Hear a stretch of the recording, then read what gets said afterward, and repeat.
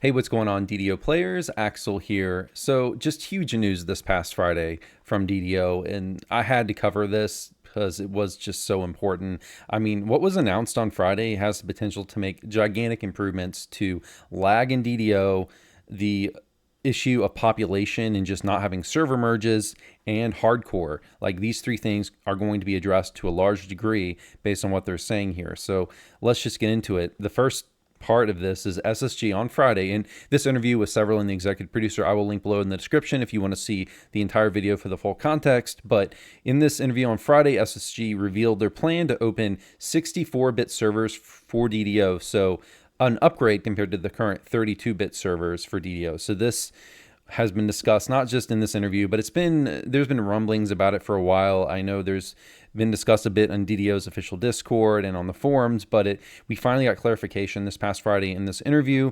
But essentially, what's the big deal about a 64-bit server? Well, it's an upgrade in terms of, say, hardware and just ability for the server to process information.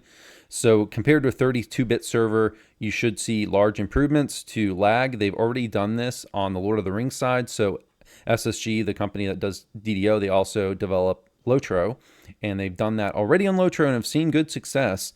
But okay, so there's going to be a process, though. It's not like next week and they're going to open this and we're all moving to 64-bit servers. There's going to be a process, and there's testing to do.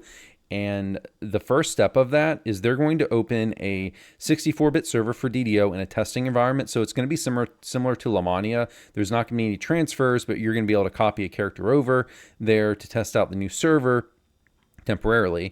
And it's going to be VIP only, they said, initially for the first server. And that's just because they want to limit the number of people on the server for testing purposes. So, in this new server, by the way, they did not officially say this, but it sounds like the name of the server is going to be Cormier. But the long-term plan is that, assuming they can get all this tech to work, and I know another hurdle for them is the transfer tech. Like, they're going to have to figure out how to transfer people's guilds and mounts and pets and, account information, all that stuff. But assuming they can get all that to work out, the long-term plan is that they're going to have free transfers to these 64-bit servers. And I know another thing that they did announce was the server is going to be located in Las Vegas, so that's going to be a little different. Some of you West Coast US players are going to like that a lot. If you're on the East Coast, it's probably going to mean more ping for you, so more latency. But as far as this, I mean, that's the simplified version of what's happening. And obviously this is huge for DDO. Lag is one of DDO's biggest issues, for sure. Probably the biggest issue, I would say. I mean, you could argue like population also, but lag is probably the biggest issue that players for sure complain about in DDO. So just by having more powerful hardware, more information that can be processed by these servers, we should see less lag spikes, less rubber banding, less things like that. So hopefully a smoother gameplay experience. And the other big thing about this that wasn't really touched on as much in this interview, but the fact that this will be a de facto server merger if everything goes through as planned. Now, there's a possibility that they start working on this and they run into some technical problem where, we transfer the characters over, but for some reason the servers aren't performing as we expected, or we aren't seeing the improvements that we saw in Lotro and DDO for whatever reason. So we kind of have to cross our fingers that this is going to go through well. But if it goes through well and we get to the point where we can actually transfer characters over, it's going to operate as a de facto server merge. Now, there's going to be, from the sounds of this interview, there's going to be multiple 64-bit servers. They haven't said how many, but we're going to be able to consolidate, though. There's going to be free transfers to these 64-bit servers. So that's amazing. I mean, you're going to be able to play, if you're on Sarlona, you're going to be able to play from people from Argo and Thelanis and Wayfinder. So that's awesome. Hopefully, I really like, that's honestly for someone like me, I'm looking forward to that more than the lag reduction. Like, not having lag is obviously amazing, but just being able to play with a bigger population sounds amazing to me. So let's move on now to the next big announcement, which is regarding hardcore. So they revealed a hardcore replacement plan that's going to take place on these new 64-bit servers, and it's called Lanterns in the Mist. It's not hardcore really, but it's hardcore like. So the first thing to say is it's going to be on the new 64-bit servers, and it's going to be optional. So if you want to just go to the 64-bit server and play DDO normally, that's totally fine. You can do that. But if you want, you can opt into this Lanterns in the Mist hardcore. Well, it's not again. It's not hardcore, but it's like like a challenge. They really haven't given an official name other than Lanterns in the Mist. I don't know if you want to call it hardcore really, because it's not hardcore. But anyways, let's get into it. So the way it's going to work is at level 1, you can claim 1 or more lanterns. And Severlin mentioned there's going to be 2 types and 5 lanterns of each type. We don't have any more detail than that, other than he did mention like 1 lantern would be get to level 20. But essentially what you do is you have these lanterns, right? These lanterns are they go into your trinket slot on your character, and if you die with the lanterns equipped, your lantern is destroyed, as well as any lanterns in your inventory. But that is only for certain lanterns. Other lanterns will be less, I guess, less hardcore. They may not be destroyed. They haven't really given a lot of detail, but certainly the most hardcore of the lanterns, when you have it equipped, if you die, the lantern's destroyed, and presumably any progress you made towards that lantern's goal is destroyed. So as Severlin mentioned, one of the lanterns will be get to level 20. So if you have to have this lantern with you until you get to level 20. They haven't really given details in terms of how they're going to prevent people from cheesing this. My assumption, and this is again speculation, what I'm about to say on my part, but I'm assuming you're going to have the lantern equipped the entire time on your character, or you have some kind of penalty for taking it off, because there's got to be something in place so that you can't just not never wear the lantern except for when you like turn in a saga or 5 seconds before you complete a quest. I'm assuming there's something there to prevent players from cheesing it, but essentially you're going to have this lantern equipped while you go after your goals, bunch of different goals depending on the lantern.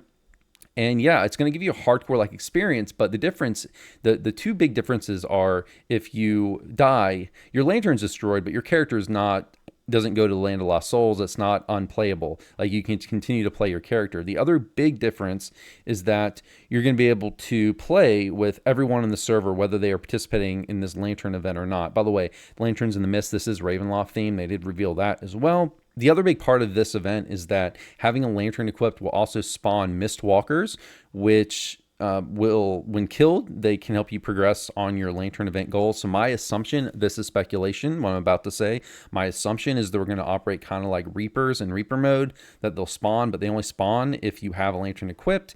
This also means that if you have a lantern equipped and no one else in your party does, it will still, those things will still attack them if you're grouping with people who are not doing this lantern event.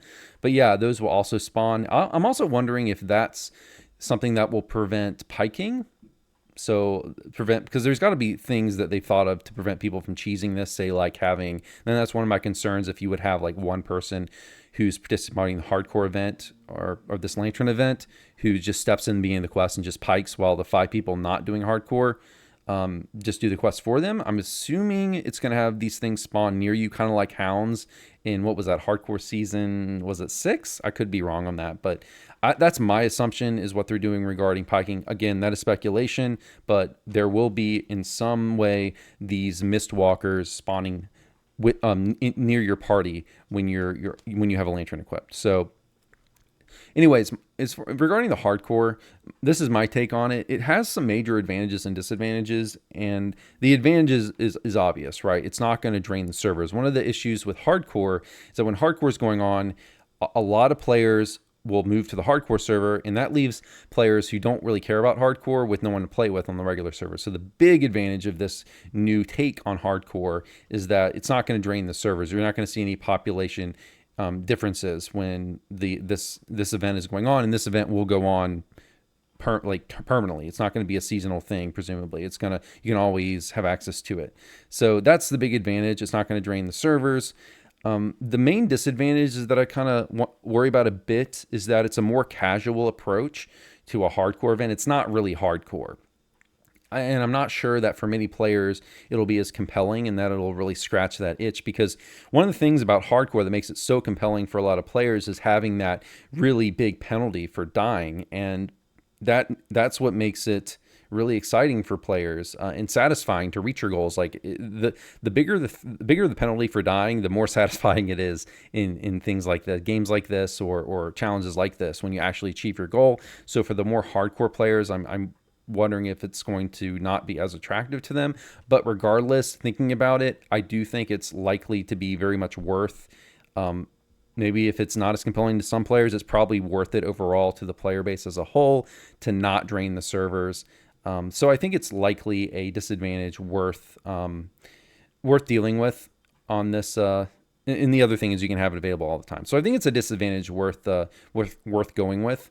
But yeah, guys, I think that's about it for this video. I don't want to drag on too long. Before I go here, guys, I want to say a couple things. I know I don't point this out too much in my videos, but if you go to the description, you can find my link tree. There's a Discord there. If you want to join my Discord, I do raids every Saturday at 3 p.m. Eastern if you ever want to raid with me on Thelanis. Also, I want to say thank you to Patreons, Brian Rasmussen and Brent Erickson. Thank you very much for your support. That's it for this video, guys. Hope you enjoyed. I'll see you next time. Take care.